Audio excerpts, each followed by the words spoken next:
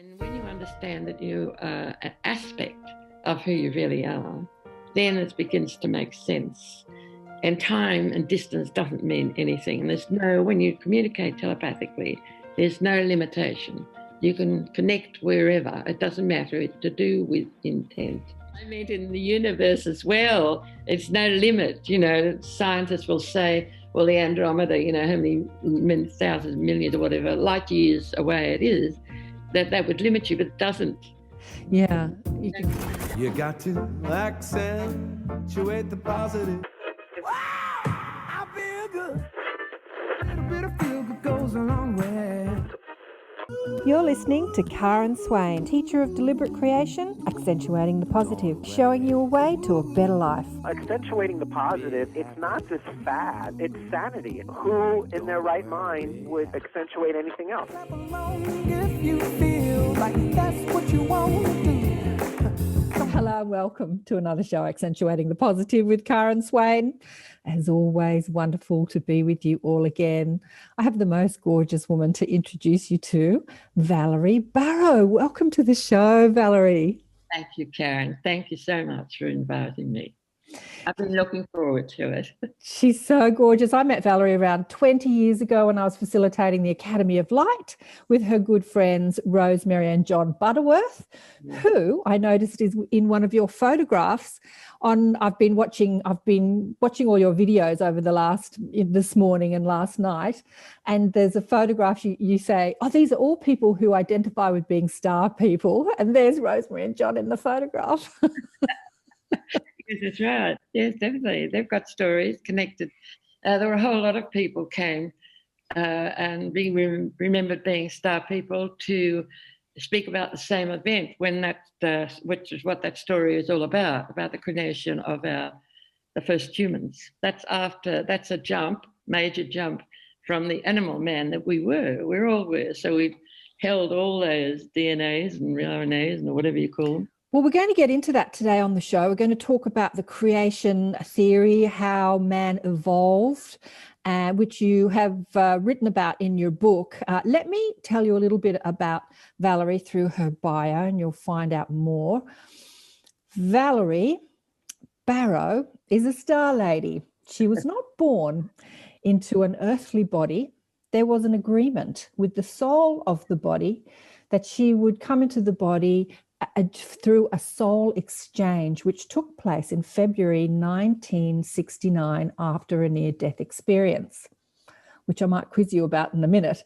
Valerie is one of the 144,000 light bearers who volunteered to come to Earth to assist in the upgrade or shift in human consciousness at this time on planet Earth, to help Earthlings understand a major evolvement from star beings is taking place on Earth, along with how we as the first humans were created and our journey into the Golden Age.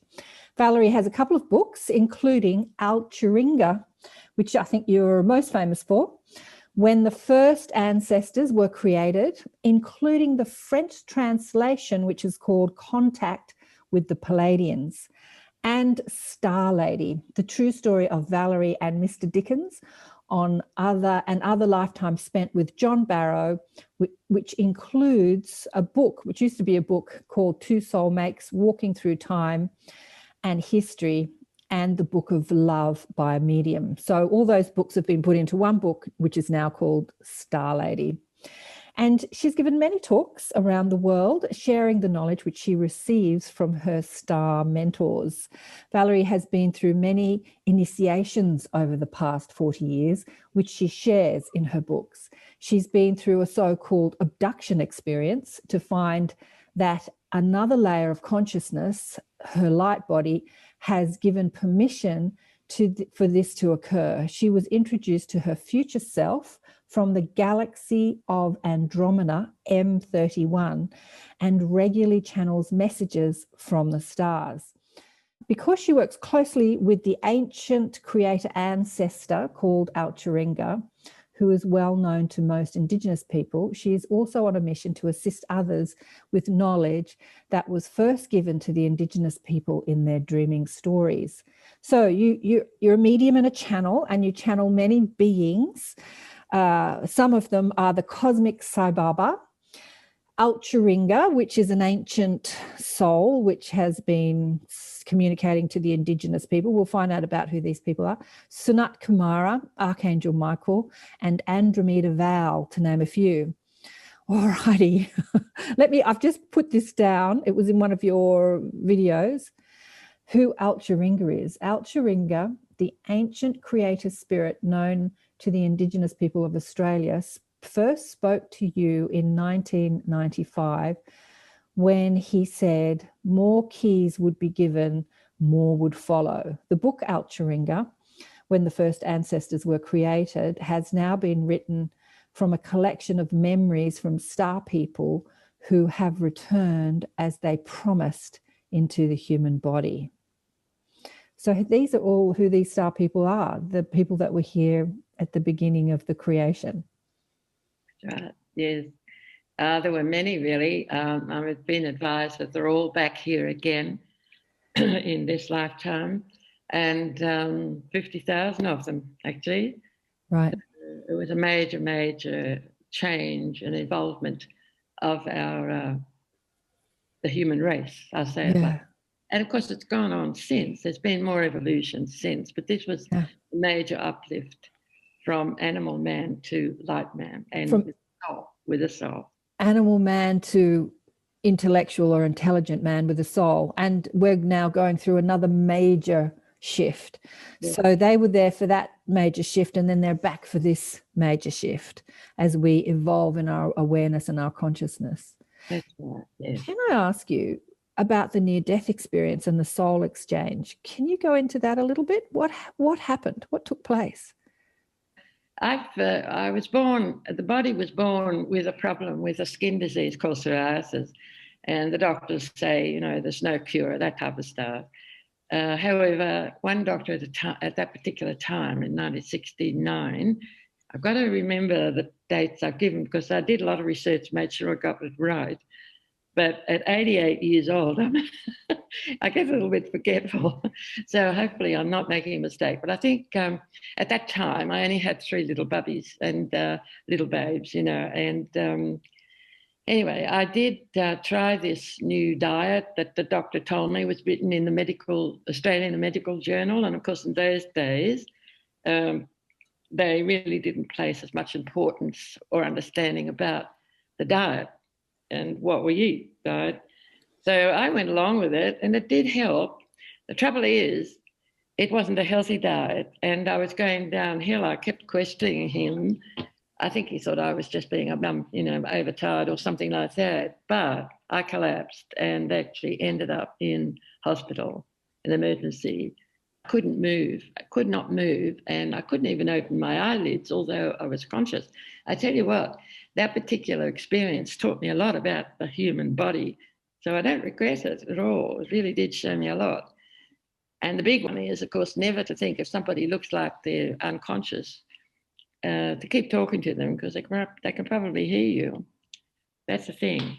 Yes, we have this double consciousness within our body. But I think scientists are now starting to question that the brain is not the only consciousness in our body, which it isn't. There's a soul consciousness that opens the door, connects with another aspect of ourselves and who we really are. I survived, of course, with that particular life because I wasn't particularly a religious girl, but I was a spiritual girl, I suppose. And I asked God to let me stay because I was worried about the little boys and who'd look after them properly. So I made a commitment that if I could stay, I would do anything for God. Oh, okay. And that's where another aspect of your soul walked in. Yes, it did. It wasn't clear to me at the time because I wasn't really as aware as I am now. But yes, it did. It was an agreement that was written actually and agreed to long before either of us came into a human body. So is that when the channeling started happening, or did that happen a lot later? It happened a lot later. I was supposed to meet my husband. I had a different life at that time. That all changed over 7 years. And the very time that I'd had that near-death experience, my husband was English and he was coming into Australia. So he was here for 7 years before we met. Okay. And then 2 years after that, we did get married. But that's, like it was another story. And then the one that I'm in now. So there was an agreement or a contract between you and your husband that you'd do this work together? Yes, not only that, but obviously with our other partners, because both of us had previous partners. Mm-hmm. My husband was divorced when I met him, but I wasn't, although my husband was very ill, very sick, and he was a loner, really. He was happier, really, being on his own. Anyway, that was a time of difficulty. But so when did the first spirit guides start introducing themselves to you and start channeling through you? What was happening in your life then, and how did that occur? As I remember, it was about 2 years after John and I married, so we were meant to come together. And I was awakened one night with a voice asking me to stand up. And so, going through that, I got out of bed and I stood up, and then I was told to go back to bed. And then when I was now comfortable back in a warm bed again, the voice said, stand up. And I did again. And then it said, go back to bed. So I got back to bed and I thought, goodness me, what's happening? But it was a sort of a voice that I just somehow wasn't afraid of it at all.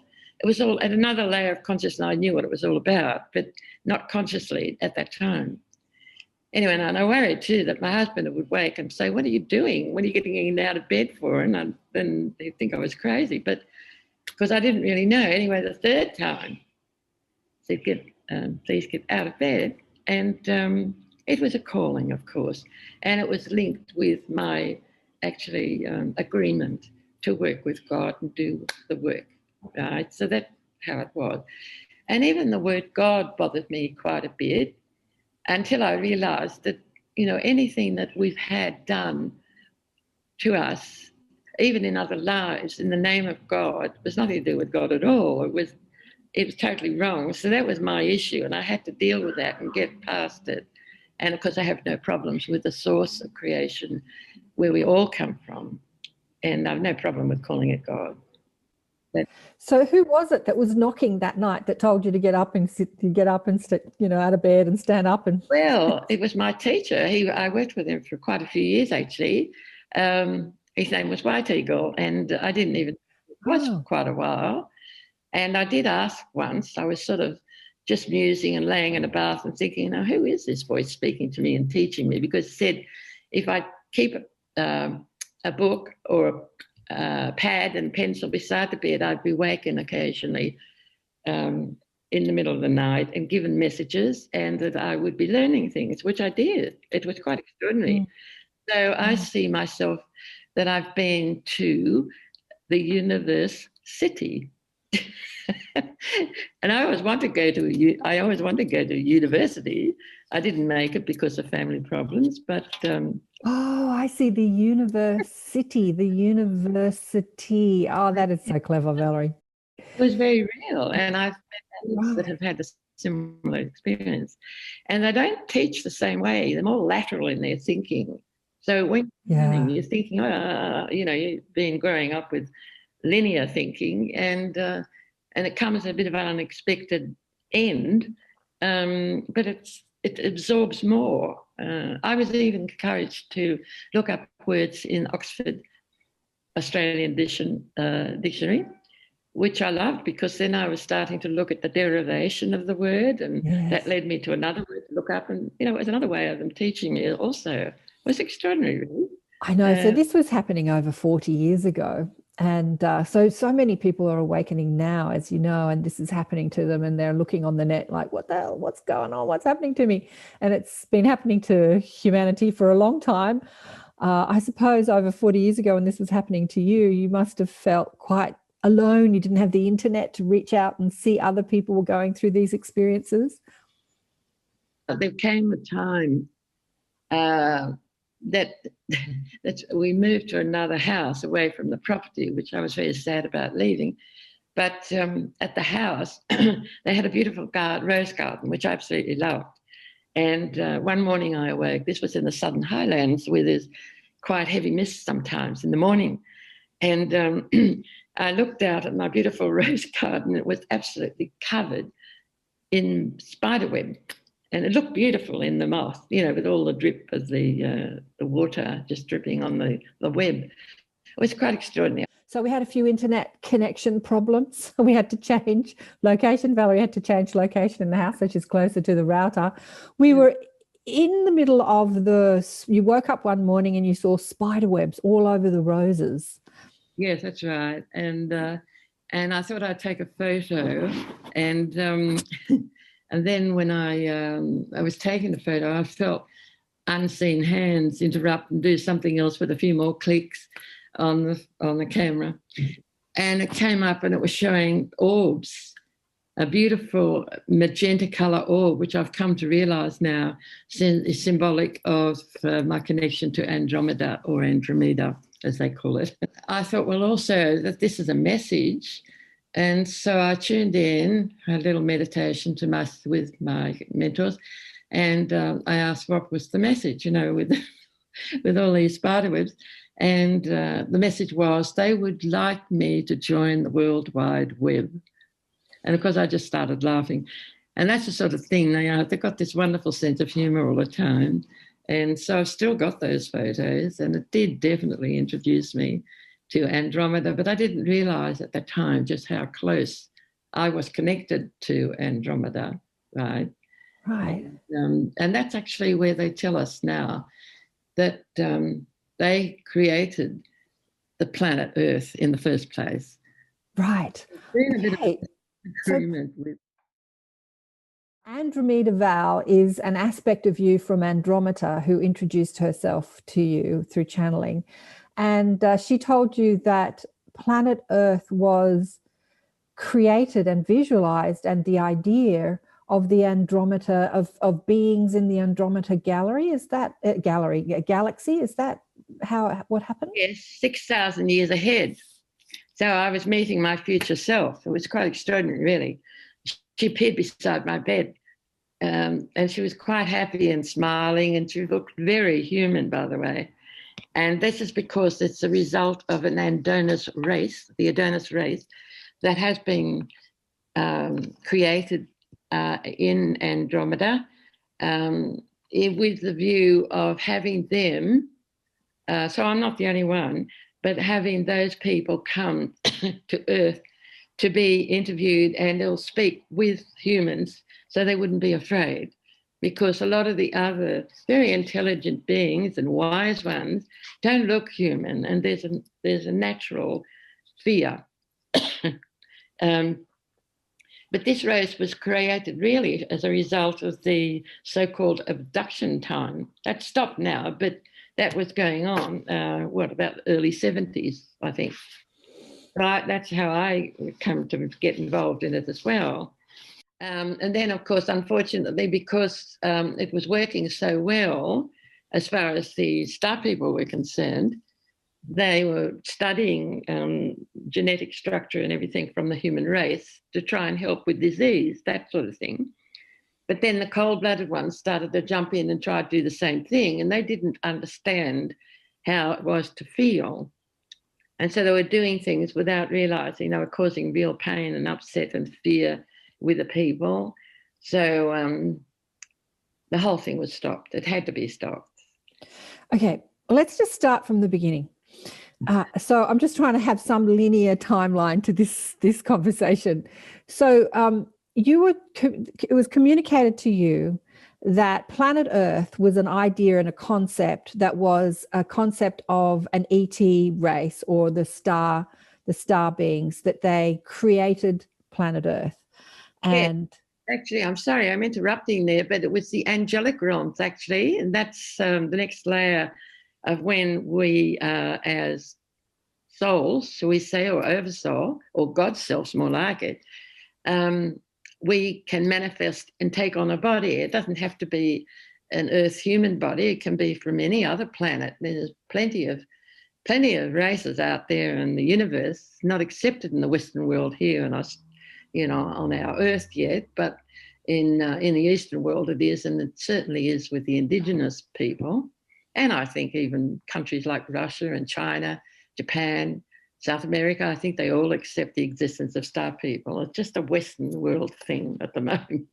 I wish they'd get past it, because the evolution of our planet involves so much of star people visiting, coming and going, that weren't human race, but they were visiting, because at another time, our planet was in a raised state of consciousness, and the star people could come and go easier.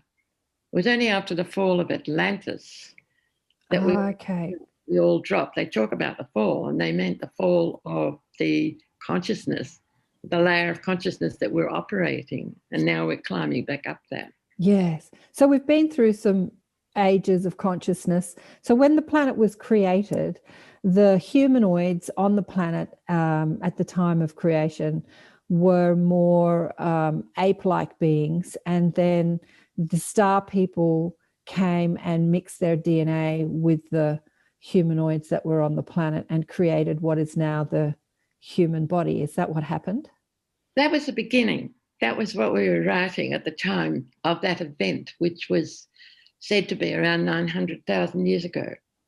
Now, it's been more evolvement since then, but I have been given a memory of when I was one of the star people that were involved with that creation. Mm-hmm. And it was done with genetic engineering, by the way. Mm-hmm. They're very advanced and know all about that, much more than what we are aware by scientists here on this earth.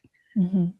And so we were then, I was one that came back actually as into the human race that had been uplifted. So they were then light with souls, and they had a consciousness and an agreement, and that was all set up within the karmic board. That's one of the reasons. So Valerie, just tell us what happened. For people that haven't read the book and don't know your story, just tell us the story of Alcharinga, you know, the Pleiadians crashing, the story as you know it. Okay. Well, after I was given a lot of understanding and teaching through White Eagle, and it turned out he said to me that I was his son on Earth. My name was Eagle Eye. I like it. And but it's funny when you think about being a male when you're a female, you know, but that's part of androgynous, which strangely enough sounds very much like Andromeda. And we are, as God beings, we are androgynous. Then in 1994, so that was 26 years ago, wasn't it? Yet I had this sacred Alcharinga stone come my way. It belonged to the Australian indigenous people. And I did worry, knowing that I shouldn't really have it. But I was looking after it, another lady, because she wanted to return it, but they were afraid of it. And so, but she knew it had to go back. And it turned out that in a past life, she was the what can I say, the Afghani that had come in the early days of white man's settlement and taken camels into the centre of Australia with a whole lot of things hanging from it to sell to the people that lived out there. They were quite adventurous then, of course. So, and he came across this light inside a cave. He went inside to investigate, and it was this parcel wrapped in, well, I don't know if it was actually wrapped in paperbark, but it was by the time it got to me, which was something like 200 years later. I mean, it's ridiculous, really. But the family, the Afghan family, kept it, knew that it was important and it was sacred, and they honoured it. And so it finally found its way to me. In the meantime, I have found that where it was found was at Cave Hill, which is about 100 kilometres from Uluru. And the rock at that cave is exactly the same rock as Uluru. And the lady that had always had that in her care always felt it came from Central Australia and had to go back to Central Australia. And she was right. And it has gone back to Central Australia now. So that's quite a long story, but that's written in the Star Lady book, right? That one. So the rock came to you, and did the rock communicate with you the story, the memories of your star lineage? And it was telling me stories. It was like a diary. I was sitting with it, and I'd never done anything like that before, but I found I was able to. I think it was coming from an ability I had as an American Red Indian, actually, an Indian chief. So and I was passing the messages on to the rest of the tribe, so to speak. But that was American Red Indian. But this now was being used to help with the indigenous people. And hopefully, I think there was also to come away from the indigenous people to the white man and play a role to help find understanding between the two races. Now it's gone back to safely to the indigenous people, or the clever fellas. And it taught a lot, actually. It taught me a lot. And at the time, of course, being a medium, I think you attract other mediums. I always had a lot of friends, and so they were holding the stone and also understanding the sacredness of it and receiving messages from it. And it seemed to speak to each person individually, which was quite extraordinary. But it did always talk about that same event that happened. What happened, Valerie? What was the event that happened? Well, it was a huge mothership called the Rexagina that had been created in the Pleiades. That's the seven sisters the indigenous people all around the world know. And it's in the constellation of Taurus, which helps to understand why there's sacred cow and the bull, that type of stuff. And it came to us then, a little part of the story, then another and another. So it was almost like people were standing outside the door waiting to come in to share their aspect of the story. How it came about was because I had the stone and I had kept the diary and I had it published. I was asked to do all this by upstairs. And the next year, 1995, was... I might be getting a bit 26, 27, anyway, 95, 25 years, that's right. And an Aboriginal elder came to me, or I met. And I was quite nervous because he was quite stern, and I thought, oh dear, this is a confrontation. I was a bit concerned about might happen. Anyway, he was stern, yes, and he asked me about it, what I was doing with it. And I told him about that, and I said it had been teaching me, and I'd met a being called Alcharinga who said he was an ancient ancestor, creator ancestor, and he was speaking now through me, borrowed my voice box. It was all agreed to. And he said, oh, that's all right then. So I had no idea, whether the indigenous people had these stories or abilities or how they received them. Some of them do, but not all of them. So there was this big mothership that came from the Pleiades, and what happened with the mothership? Well, it was attacked, unfortunately, because there was the lizard race, that cold-blooded people that lived in this corner of the galaxy, and the ship was aimed to come here to replace another one that had been attacked and blown up.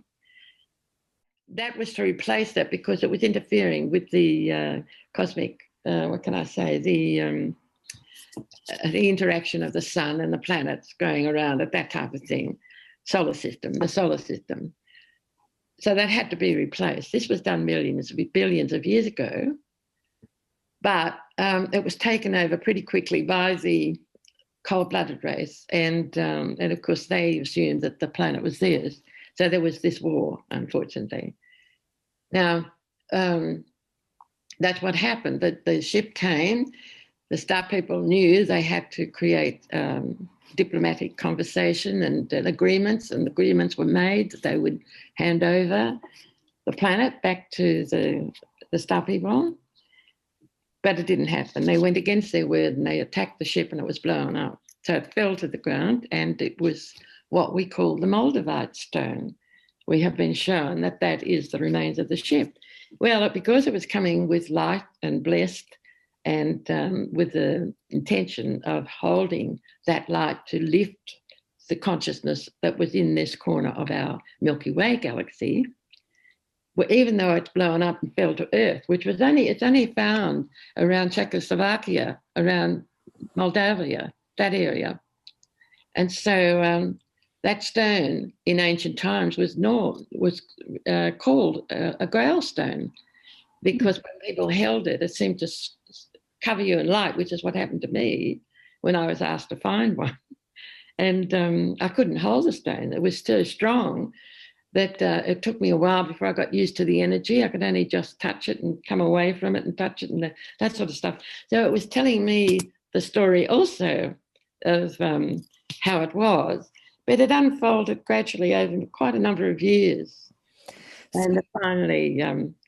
the story goes that Earth was a creation of the Star People, and there was a bit of a war against some different races who wanted to claim its ownership. You call the lizard people or the reptilians had got a hold of Earth, and the Pleiadians were coming to enlighten the humanoids on the planet and to move them to their next evolutionary step, a bit like what's happening in our world right now. Absolutely, yes. So they came in so there was a big starship overseeing the planet that was destroyed by the reptilians, and then another one came and that was shot down. They told us there were 50,000 on board. They'd volunteered to come from different planets, not just the Pleiades, but mostly from the Pleiades. And it turns out that Alcharinga, who I work with very closely now, he was the commander-in-chief. Right. But he lost his life. Right. But then he came back also as a clever ancient ancestor, and he's been working with the indigenous race ever since. Okay. So how many of the beings survived when the ship crashed? They say 90, and only about two ships that we know of. Third one did for a while, but then was gone. And when you go into memory for, what can I say, previous lives, especially if it's connected with the light body, sometimes it gets a bit confusing because it's so easy to remember one life and then slip into another and then another without realizing. It's only when someone's working with you, like I was with them, and I recognize, hang on, no, the story's changed. I'll get them to stop for a minute and look at their body or their hands or something, and sure enough, you could see the look on their face. I've changed, They're a bit confused, so we sort that one out. But the thing is, it was after, and I said about this indigenous man that was quite stern. He since became a very good friend and used to joke with my husband about, John always said he was his black brother, and they were always laughing and carrying on. Was that Jerry Bostock? Yes, yeah. Wonderful Jerry. We loved him and we miss him terribly. Jerry was an Aboriginal Indigenous healer, an original Indigenous healer. Yeah, I knew Jerry. I met him with Rosemary and John, and so he's since transitioned out of his physical body. So he was the stern Aboriginal man that said, "What are you doing?" And you said, "Oh, I'm talking to Alcharinga." He said, "Oh, that's okay then." Yes, after I was telling him what I had done and still being a bit sort of confused myself about it all, he understood it straight away. And, the old fellas, they go through initiations and they die. They go back to the sky world or sky people and then come back. And he knew that's the way it was working with me. So he always respected my work and encouraged me.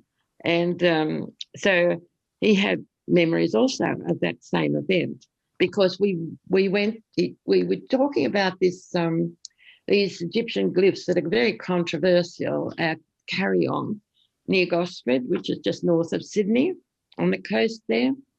And he said, I asked him about it, actually I'd heard about elsewhere.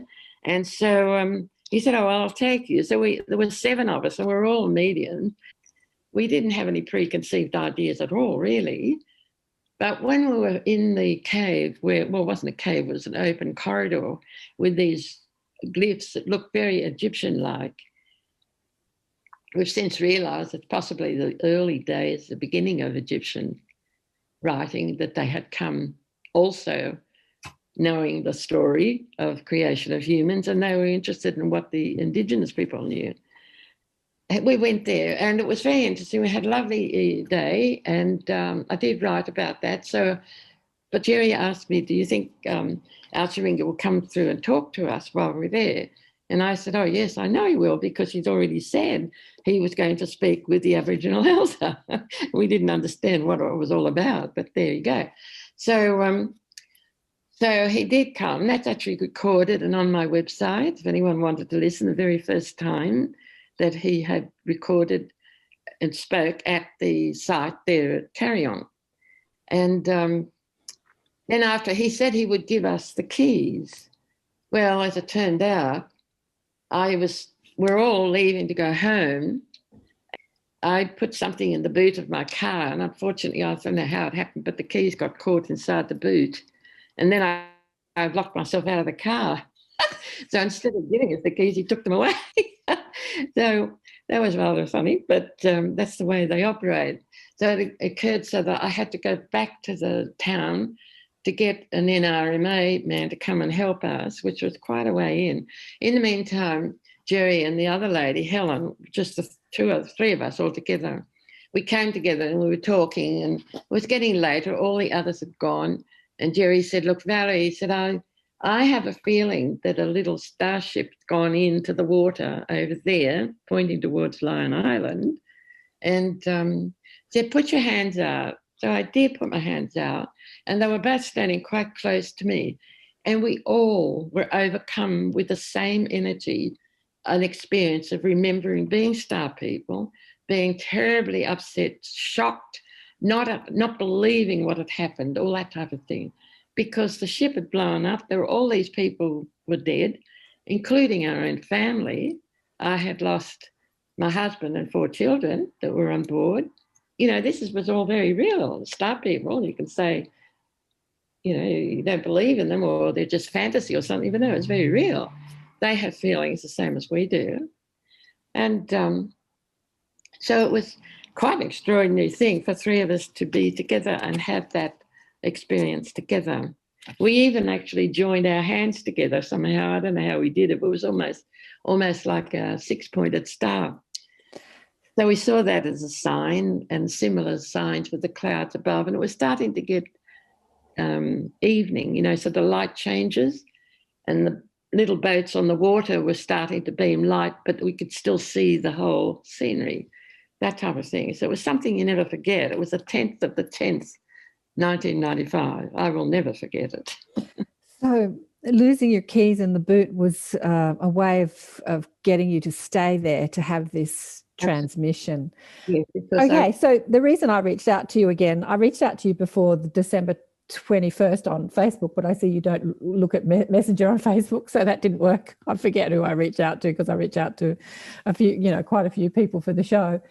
Because there was a connection between this story and the 21st of the activation on the 21st of December 2020, which we'll go into. But I remember you and Rosemary and John talking about the glyphs 20 years ago, and for some reason I never got up there. I just never got up there. But I did recently with a group of women, all healers, all mediums. We managed to go up there. And the Rachel, one of the people that said, okay, let's have a road trip to the glyphs that organised the group, she was reading your book, Alcharinga, and she was fascinated, and she really related to the story that you're talking about, and feels like she was one of the people on the ship. And that's what you discovered during that time with Jerry and Rosemary and John, that you met a whole lot of people that were incarnated here on Earth that were one of the Pleiadians on that starship. Did you die during the crash, or did you survive? Do you remember? No, I was one of the survivors. That was also, I was put in the place to record it and study it. That's gone on now. I didn't realise why exactly, but I do know now. That is what happened, because we started to talk, I think, and before you knew it, it was the story had gone out to a lot of people. Yes, because I'd already published that other book, you know, with the holding the sacred stone, and that had opened up and given us clues. We didn't realise, we didn't relate, but now this was actually that first book. I had taken the manuscript to the avatar Sri Sai Baba in India. And he had called me for an interview, which is extraordinary because there's thousands there every day. And he held a manuscript, he'd opened it. I'd already asked him telepathically if he would bless this new little granddaughter that was in our lives. And he took out the photo and gave it to me without me saying anything. He gave it, and he said, "Granddaughter," with a grin on his face. And of course, he was blessing the child. And we were communicating telepathically quite a bit, actually. And he wanted me to hold back the story because when he tried to share about other worlds and star people, people at that time weren't ready. So it's been held back for quite some time. And now it looks like 20 years because it's starting to come out now. Well, it certainly is. It certainly is. I mean, there are still people in the mainstream world that say, "Oh, you're crazy if you talk about, ETs or star people." Yeah. So basically, their message that was coming through then and now is, "We're here. We're with you. We're helping you evolve. We're here to help you evolve in your consciousness. We're here to help you take that next evolutionary step forward in human awareness and consciousness." So those people that were on the ship were involved in the next step in evolutionary consciousness then, 1,000,000 years ago, and now they're back incarnated into physical bodies now, and they're doing that on Earth now. Yes. That's and it was the pain and the sadness and everything they felt at that time has gone now because, hopefully, because we've evolved and we understand and we know that we didn't fail. That was a thing a lot of us had. And we also, a lot of us didn't trust God or, whoever it was that was organizing the whole thing for us. We didn't, we doubted that too. But of course, there's always this other story, this bigger picture. And so many of the wise ones will say this here on Earth, this life that we are living is not the reality. And when you understand that you are an aspect of who you really are, then it begins to make sense. And time and distance doesn't mean anything. And when you communicate telepathically, there's no limitation. You can connect wherever. It doesn't matter. It's to do with intent. Yeah, so it doesn't matter if people are in the body or out of the body. So Sai Baba, for those people who don't... Universe too, Karen. Pardon? I meant in the universe as well. It's no limit. Scientists will say, well, the Andromeda, how many thousands, millions or whatever, light years away it is, that would limit you, but it doesn't. Yeah, you can communicate telepathically with people all over the cosmos and in many different dimensions. Yes, everything is consciousness. Everything is conscious. And Sai Baba, for those people who don't understand who Sai Baba is, he was. So he's left his physical form. A huge guru in India. He had the big sort of black afro, and he always wore the orange robe. He was massive. He was one of India's biggest gurus. And before that, he was Shirvi Sai Baba, a bit like the Dalai Lama, incarnating into different forms, but exactly with the same message. And he's coming back, or he's probably already back in the body of a child or a teenager to be here for this evolutionary step that we're taking. Prima Baba. Prima Baba, yes. Now he gave me, and I believe it was not, he wasn't going to speak, and he was going to look more Arab too, more like Jesus is sometimes portrayed.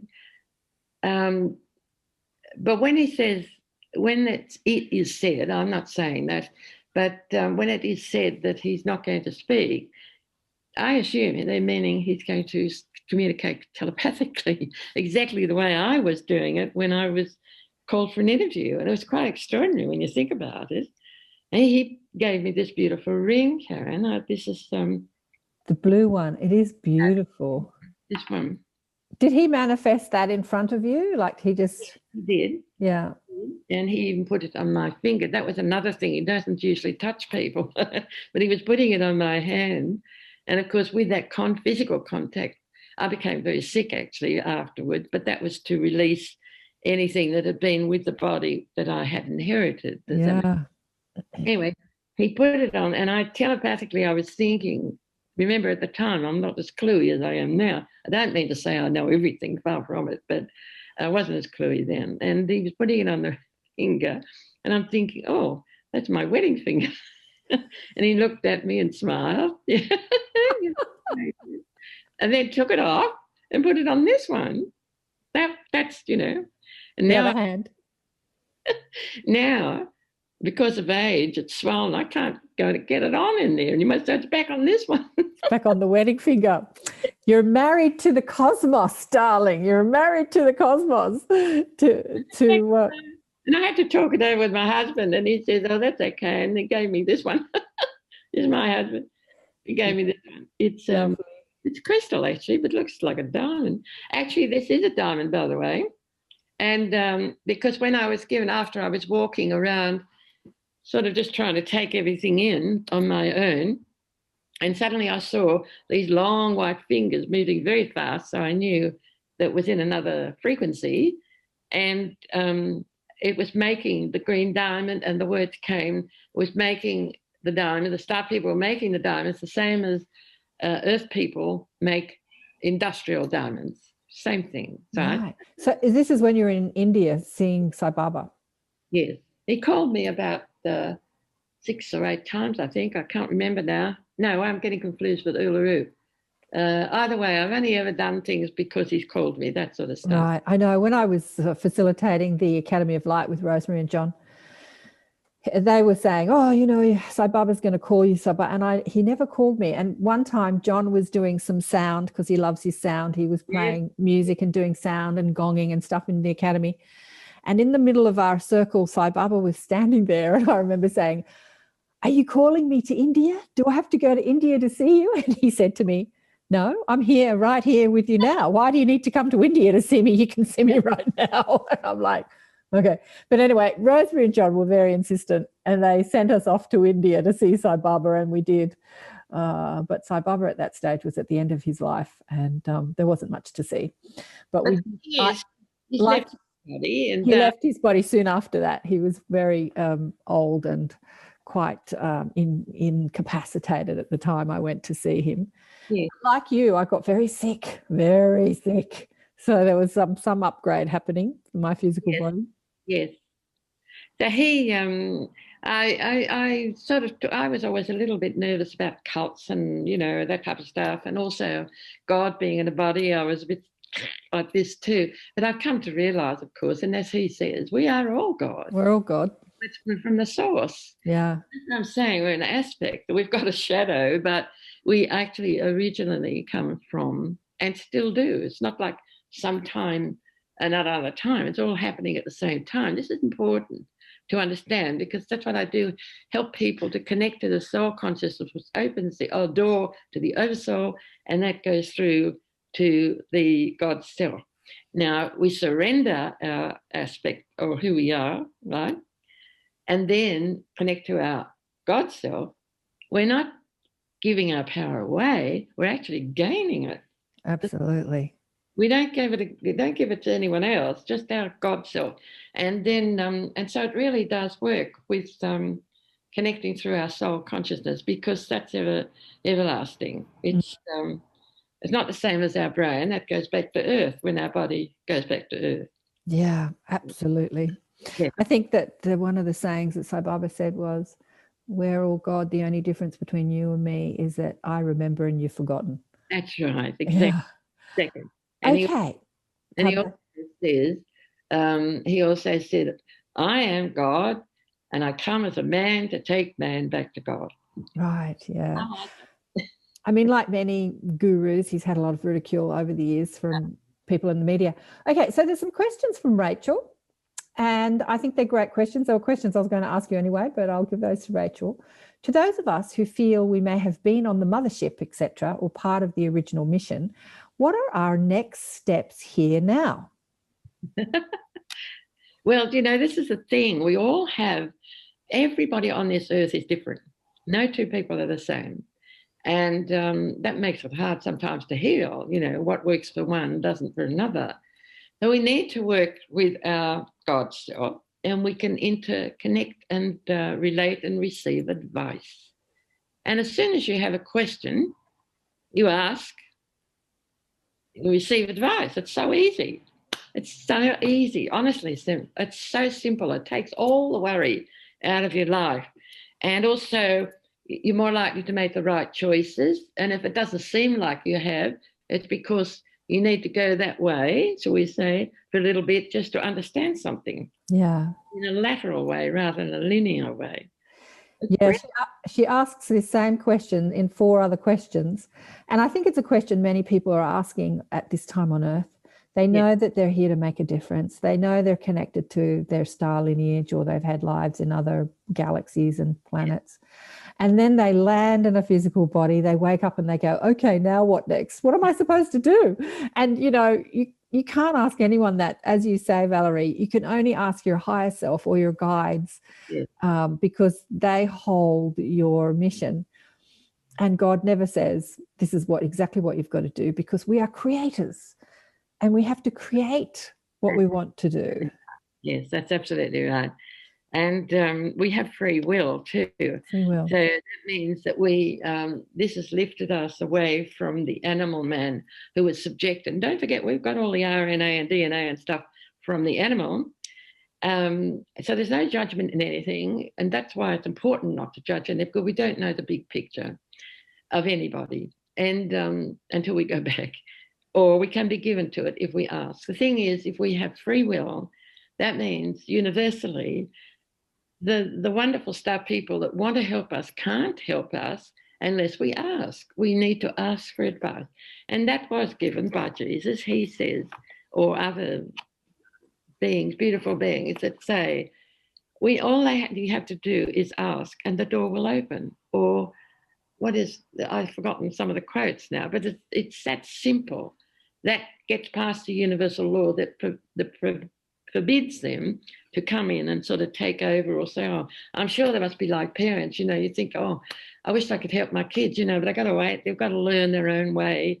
Or if they ask advice, well, that's fine. If they don't, shut up, mum. Don't say anything, because they really do have to learn their own. Children only end up resenting you if you start to try and tell them too much or help them too much. And they didn't do it themselves, you know, they've just got to find their own way all the time. So that's the secret, is to ask.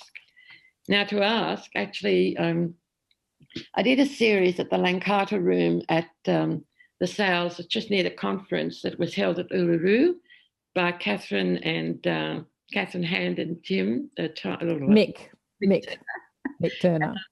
Yes, that conference just here in December 21st. I think a lot of people had heard about that one.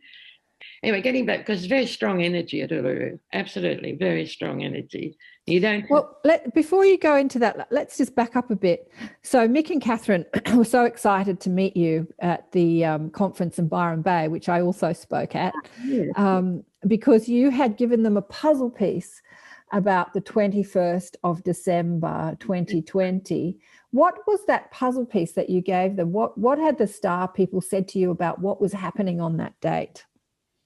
It was like Alcharinga. By that time, he'd introduced himself to me, and so I was working with him, and he had said about that the world would come to know, there would be an event at Uluru, the world would come to know, it would go out across the world. But it was a prophecy, actually, of this event taking place. And they said also that there would be showing of starships en masse also at that time. Well, Catherine was always felt that there was real truth in this. And there were other prophecies that came out too that people had spoken about. The fact that the starships didn't show, I have actually got it on my website, and they have apologized. They said they couldn't show, although they said they were there, they could see us, but we couldn't see them. The fact was that COVID-19 has placed a real energy with people. They were nervous, so worried, they didn't know what was going to happen next, all that type of thing. And if they'd shown themselves up en masse in starships, they felt that a lot of people would have had a nervous breakdown thinking they were going to be attacked, because there's so much sci-fi stuff showing just that, you know, which is not on. And it's never going to happen, because if it was going to happen, it would have happened a long time ago. I mean, there's nothing stopping them. They're far advanced in intelligence, shall we say, and in technical abilities, totally. So, it's not going to happen. So we're here to help shall we say, the cold-blooded people, or the people that have come to a certain layer of consciousness and not able to cope with this heavier, stronger, which is where we're leading to in the golden age. So Valerie, what did happen in Uluru on the 21st? Oh gosh, it was quite an experience. John and I were there as one of them. We were probably some of the elders there, but there was a whole lot of things going on with. I don't know if people know about Stephen and Evan Strong. Yeah, I've had Stephen on the show. We discussed it. So if people want to see that show I did with Stephen, we discussed the information that he received about what was happening on the 21st. But for those people, because this is a global audience, for those people that were not in Australia or even in Uluru at the time, and you were there with Stephen and Evan and Catherine and Mick and a whole lot of other people that came together, what happened? I was asked to put a PowerPoint presentation on, which people can get a copy of if they want. All they have to do is go to my website and it's available. They just need to request it, that's all. No cost, nothing. And it is a story about Uluru. And that's what Alcharinga is asking me to focus upon, because he says he resides there. Now in another world maybe, but he does reside there. He has always resided there. And it's an important part of what has taken place with the evolution of our planet. He also wanted me to work with a scientist, so that we're not seeing it just like, shall we say, like I've come to realize, I won't say I'm as clever or anything, but we could call, as Steve says, it's like black fella dreaming, white fella dreaming. And that's, a lot of the people that have raised consciousness, psychic abilities, if you like, but they have this ability to receive messages from other worlds and from the star people. Indigenous people are holding back, I think, on the word in star people now, sky people, they used to call it. I think because for the same reason everybody's laughed at, So, but they know better. So they talk about the ancestors. And so that's where I'm coming from now too. Did Alcharinga come through and channel through you in December on the 21st?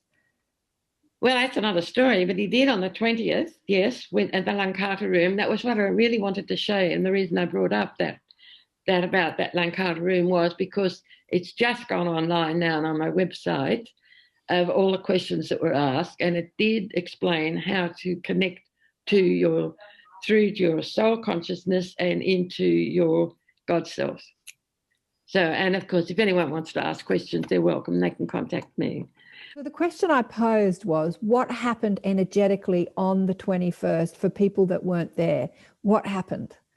Yes, well, that was the thing that kept changing. COVID-19, they were getting, there were people that are arriving. For instance, I arrived on the 17th, which was actually my birthday. I was 88 that day, and I arrived at Uluru. That was fine. We came from Sydney. Next day, but we had heard the problem of a breakout of COVID, like a cluster, in the northern beaches. But we came from Mossvales out in the country, so we weren't involved.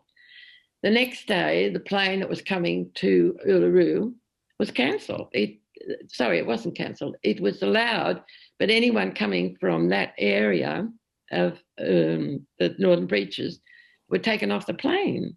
And so it was very upsetting. Even Catherine's son was with a lady who was bringing him there for her. She was taken off the plane. So there were others to look after him. Okay, so do you think that there was some delay in the gathering of people? Do you think that was orchestrated? Yes, of course. Everything is orchestrated here. You can't, what's the point in getting upset? Because everything is, but it's orchestrated from your God self, right? So this is a place where you know a lot more about everything than you do consciously here on Earth in your Earth body. So why do you think the source was orchestrating such delays for the gathering on the 21st? What do you think was going on there? I have no idea, because really I could take a guess.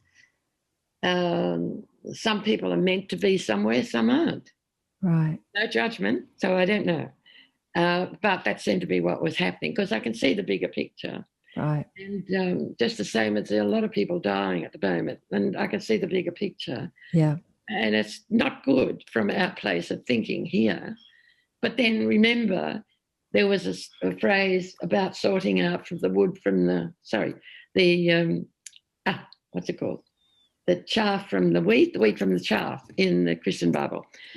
And it's got something to do with that. And it's got nothing to do with judgment by any, not a God saying you can't go or you can, that sort of stuff, nothing like that. It's to do with what energy field you carry and walk in, whether you're capable of handling a stronger light. Right. Okay. You can fill yourself and keep freeing yourself, clearing your energy field, that's fine. And the ones that are dying might have already done that, and they're waiting now to come into the golden age. We don't know. Yeah. This layer of process. There's no judgment. So that's very important. I get very upset. So there was a big energy shift that happened on the 21st, and those people that were meant to be in ceremony at Uluru were there, and those people that weren't were not there. And all the delays and the flights and all that was all orchestrated. And there were gatherings all across the world. I was involved in a gathering just outside of Sydney, and we connected with the spirit of Uluru, and we did wonderful things. And so there were gatherings all across the planet who tuned into that energy. And there was a big energy upgrade at that time. The whole thing was streamlined, exactly what that prophecy said, the one that in the Book of Love. Mm-hmm. And Catherine and Mick actually, they covered that cost, and it cost them a lot of money. But they did it anyway. So it was all done. And all the things that Steve and Evan sort of were thinking and happening, it happened, but not quite the way they thought. Right. The thing that happened with the old people that had also put out a strong introduction about Uluru, and they're calling it a magic box. They had it to themselves at Uluru because that was closed. The national park was closed. That means suddenly all these people had to be taken somewhere in a group, because for that time to take place in the evening. And so that happened. So everyone was taken with buses, 5 buses, I think the conference people arranged for Catherine and Mick. So we all piled into the buses and went to a park. And, of course, there was criticism from some and others, all because they had expectations. And expectation. When you're working with upstairs, you've got to let go. You've got to say, let go and let God. I was just involved in a festival just outside of Sydney last weekend. Everything went pear-shaped. Everything went wrong. And someone said, just be like water and flow. Yeah. And, of course, there are others that are not there with that trust. And I think you're mad, you're nuts. Oh, well, what's the matter? We're in a house of divide here on this layer of consciousness at the moment. But we are raising to a level playing field of crystal, or frequency of crystal, Christ, Christos, all the same. And that's the layer of consciousness where some can't go to because it's just too strong. But they're looked after elsewhere, much as the same as we're being looked after now. Yeah. We have choices with free will. So everything went pear-shaped, but it was all perfect, really. And people's expectations, they were a little disappointed, but then, that's life. You just got to be like water and flow. Now, Valerie, shall we bring in one of your guides for a channel? Would you like to do that? Well, yes, I've been told that if I call on any of them, that they're quite happy to come. So I've worked them for about 42 years now. And so they say they will come. Do you want to tune in and see who wants to speak with us today? Okay.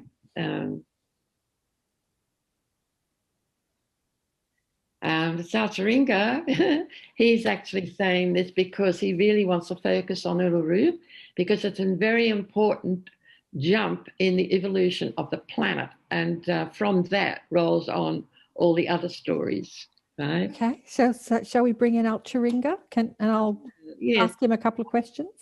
Yeah, I'd like to add too, where I said I've been asked to get a scientist to work with me, because some of them, think Uluru, how could it come from the stars? It should have broken out, but there'd be an impact crater, that sort of stuff. And that was part of the PowerPoint presentation that I did on that December the 20th. And people can get a copy of it if they like. But I didn't have the scientist. Now I have got a scientist. Fabulous. Yes, it is. It's great. And he was sort of, double minds, not really, all that sort of stuff. But the more I gave him or shared with him that Alcharinga had already given me and explained more, and then we found we were sparking off each other. It turns out he's from the same soul as I am. Oh, it couldn't have been better. And so he's been there waiting. I've known him for about 7 years, but never thinking coming from this place. So he's been there waiting 7 years, another cycle. So he's come in, only a young man. And he says it's really interesting working with you, Val. He sent off something. He said to me that he thought he'd be teaching me something in, what do you call the people that can't be the ones that study rocks? Oh, for goodness sake, what is it? Geologists? Geologists, yes, of course. So he's got a lot of degrees too, and he does work with it. That's his everyday work in clearing water. That's what he does. He's a smart cookie. Nice. So, and I didn't realise all that either. And he always gets on really well with John. Anyway, so he rang me and he said, you came to me, your image was given to me in my meditation. And he said, I think you need help. I'm here to help you. Well, I felt a bit tearful about that, actually. And so from then on, we've gone strength to strength, and we know where we're going. We know what we've got to do. And upstairs is saying it's all laid out for us. So beautiful. Just get on with it, as they say. So that's how it is when you surrender. Yeah, absolutely. It really is. Anyway, back to him, to Alcharinga. Let's invite Alcharinga. Actually, he resides at Uluru, and normally I see myself, I've never climbed the rock, knowing it was special, and I understood the sacredness of it. So with respect and love, I'm going to call on Alcharinga, if he would please present and talk to Karen. How long do you want him to talk for, Karen? Oh, just a message, darling, just a message for the people listening. Yes, okay, all right. Because I don't even have to go up the rock and see him in my light body and call out to him, which is the way I used to. Although for a bit of theatre, maybe we'll do that anyway, all right? So I'll call out to him. But these days he's inside my head. Alcharinga, Alcharinga. I am here, my dear. And thank you for calling on me. He's laughing because we're so close now. I've been through another initiation since December the 20th. So it's like the androgynous bit I'm talking about, the male, female. So yes. You have interrupted me, my dear. Oops. And I say this with a laugh.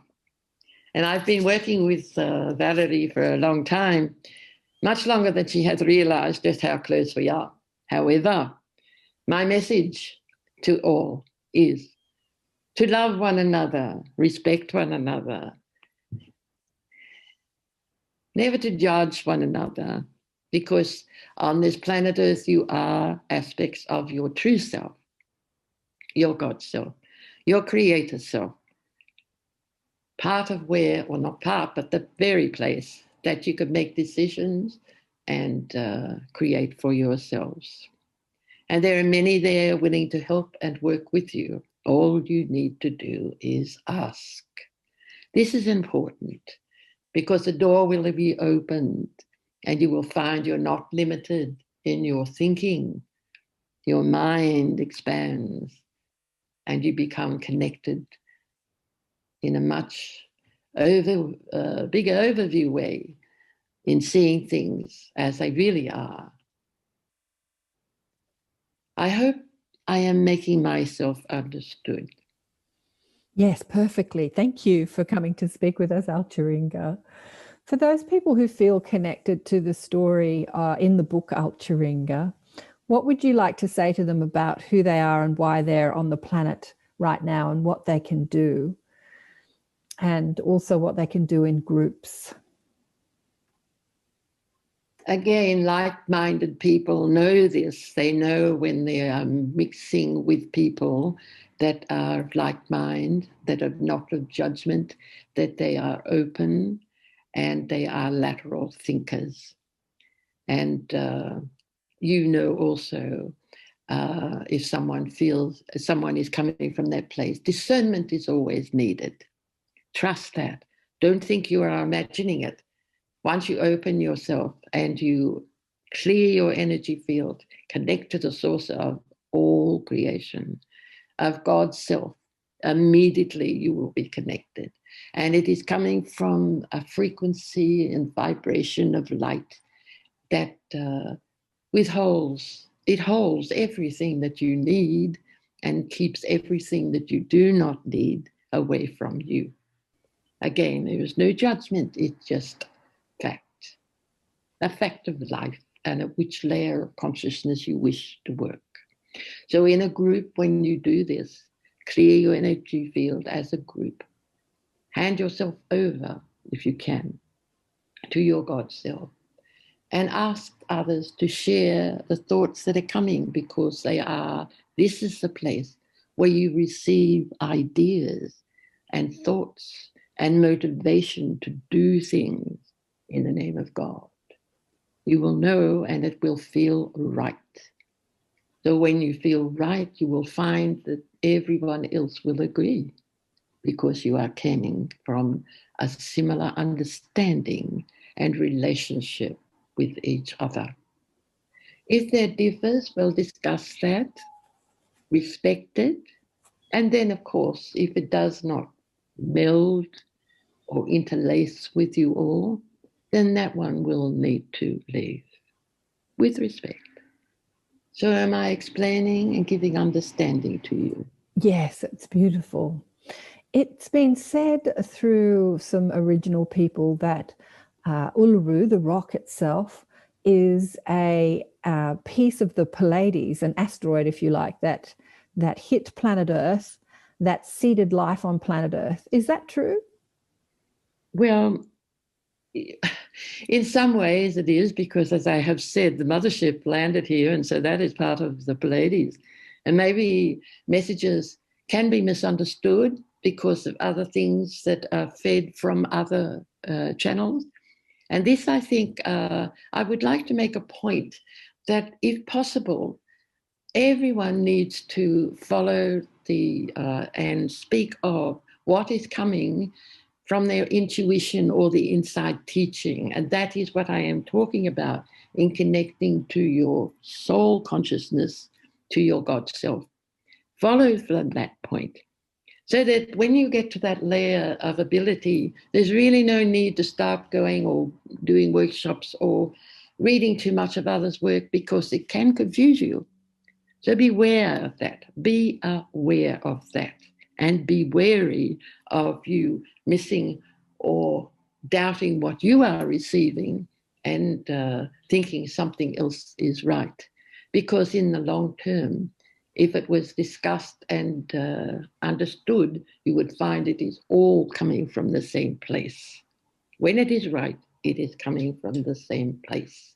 So am I making myself understood? Yes, perfectly. We had a bit of a crash in the background. Thank you so much. Thank you so much, Alcharinga. The message is very clear. Listen to your guidance and trust in it, and don't worry about the stories that you see on the internet. Doesn't matter what anyone else says. You have to trust the knowing that you're receiving and act on that. Very clear. Thank you so much. Thank you. And of course, he's not asking to create a war. He is only asking for all to respect one another. Yeah, beautiful.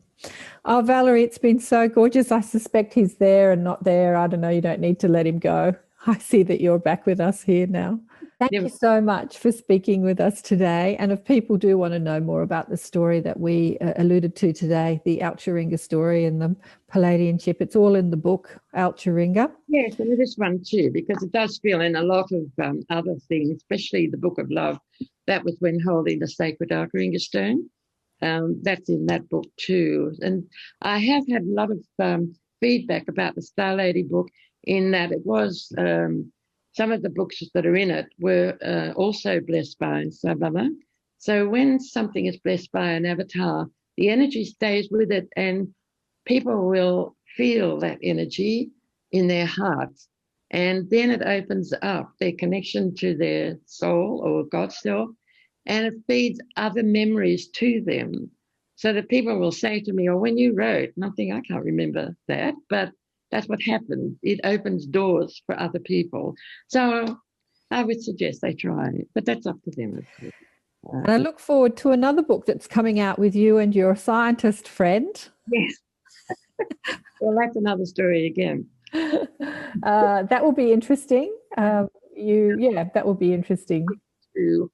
That's funny. I had an email from a lady in France. I've had a lot of connection with France, and this one was from France. Hadn't heard from her before. She'd read my Star Lady book, and also felt the other one as well, the Alcharinga, when the first ancestors were created. And then she says she has this knowing, and she was there. This lady was there. I could tell straight away, just reading and feeling. And they were talking about a meeting that was going to take place, like a congress, and it was going to introduce star people. Now, I'm not quite sure if she was saying like there would be people there that could channel star people because they have to borrow our voice box to communicate, or whether they're going to show themselves as well. Because I've always had this thing behind me. It'd be lovely if they all started showing themselves like they did beside my bed a couple of years ago. It was such a joy, and she was in a beam of light, and so lovely.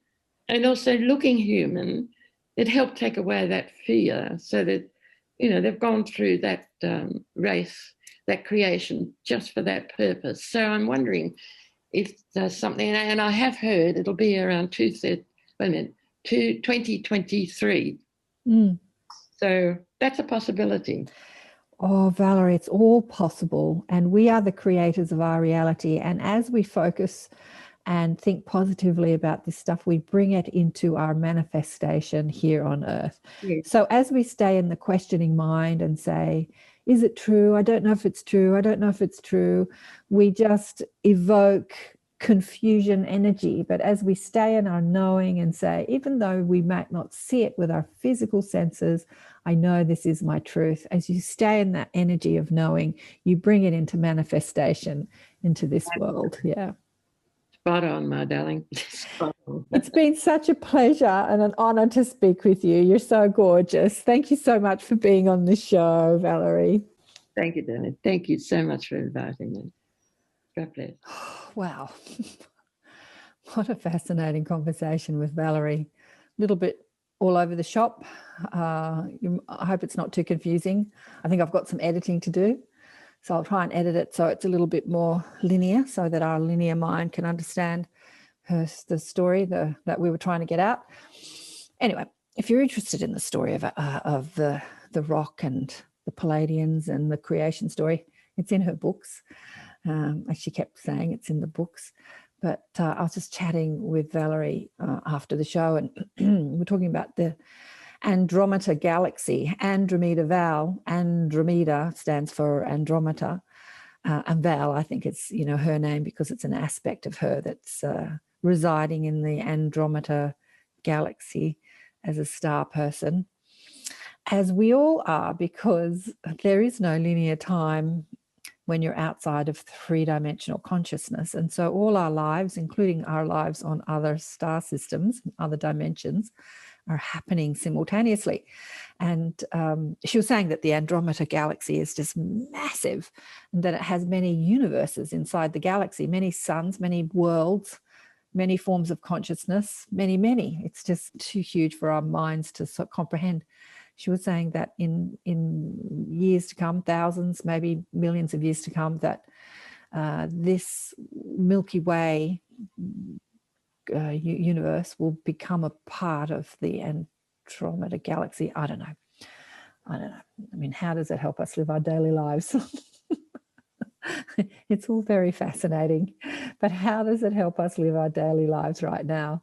The question that my friend Rachel posed, which is a question that I wanted to pose to her about, who are we? What are we doing here? And, what are we doing here now? Like, what are we supposed to do now? It wasn't really answered by her, nor was it answered by Alcharinga, only to say, your guide knows that, your higher self knows what you're doing here, tune into that. And that's true. But if you feel you're here to make a difference, then you are here to make a difference. And I think that it's all about the evolution of human consciousness. So what does that mean? It means overcoming the fight that you have inside yourself. So if you're fighting with anyone, whether it is with an ex-husband or a family member or an old friend, clean that up. Clean up your own vibration. As light workers, we haven't come to earth, or light bearers or light weavers, we haven't come to earth to engage in the old paradigm of consciousness, which is separation consciousness, which is the consciousness of the ego that says yours and mine and I'm right and you're wrong.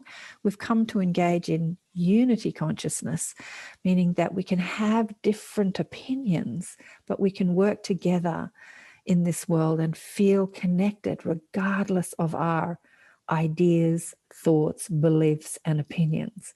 So it doesn't mean that because you have connection to your star family or your guides, or that you channel exalted wisdom or messages from the stars, that you have to feel any different or separate to the rest of the human race that doesn't understand that.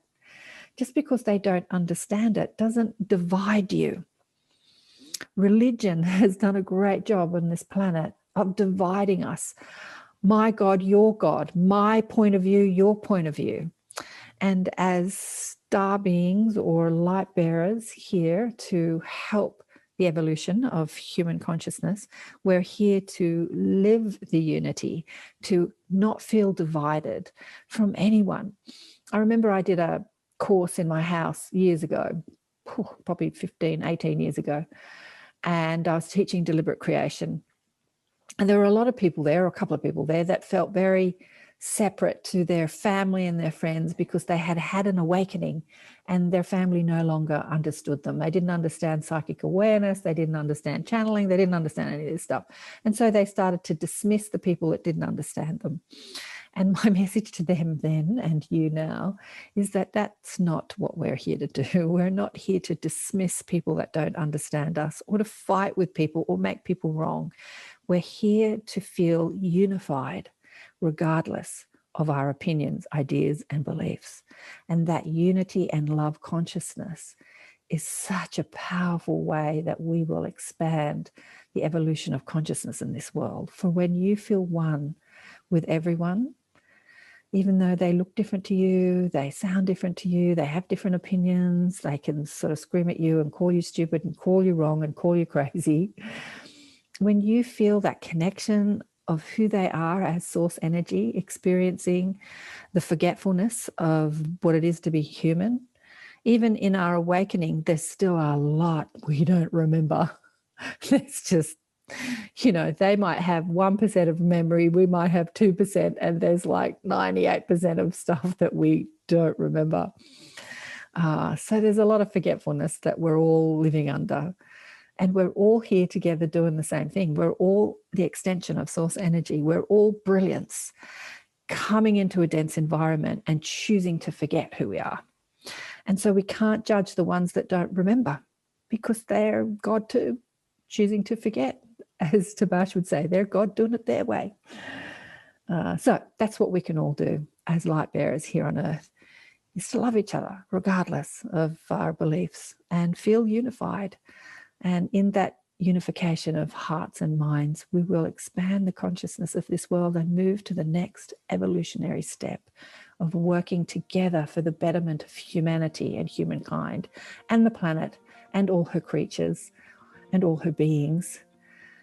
Feel that unification of love and work together for the betterment of life here in this world. And that's the best thing you can do. And how you do that, you can start a podcast, you can teach people to cook, you can write poetry, you can sing songs. Doesn't matter how you do it. You can teach, you can give birth to star children. Doesn't really matter how you do it. Just do it in love. Just know that you are love. Remember to feel it and remember to be it. Thanks for watching another show on ATP Media. And yes, who's coming into the Inner Sanctum? So Lois, who I've had on the show this year, I asked her to come in, who is teaching us about going back to our aspects that in this life, the inner child who felt divided, who experienced the contrast and then, broke away, and that sort of feels alone and not understood and hurt. Connecting to those aspects of ourselves. It can be in this life or it can be in others. I had a client where I was doing that too, and she was seeing herself as a child in another life, feeling that was still affecting her life now. And then bringing those aspects together in love and feeling that unity inside ourselves. So Lois is coming in as our guest teacher this month of March into the Inner Sanctum. And a lot more beautiful teachers are coming in. And of course, I'm online every week chatting to you about deliberate creation, who you are as source energy, living a physical world existence, and reminding you, I call my sessions reminders from home, reminding you of your power to be deliberate and focus and create on purpose. Much love to you all. Remember to buy the book Awakened by Death. I'll see you next time. Bye for now.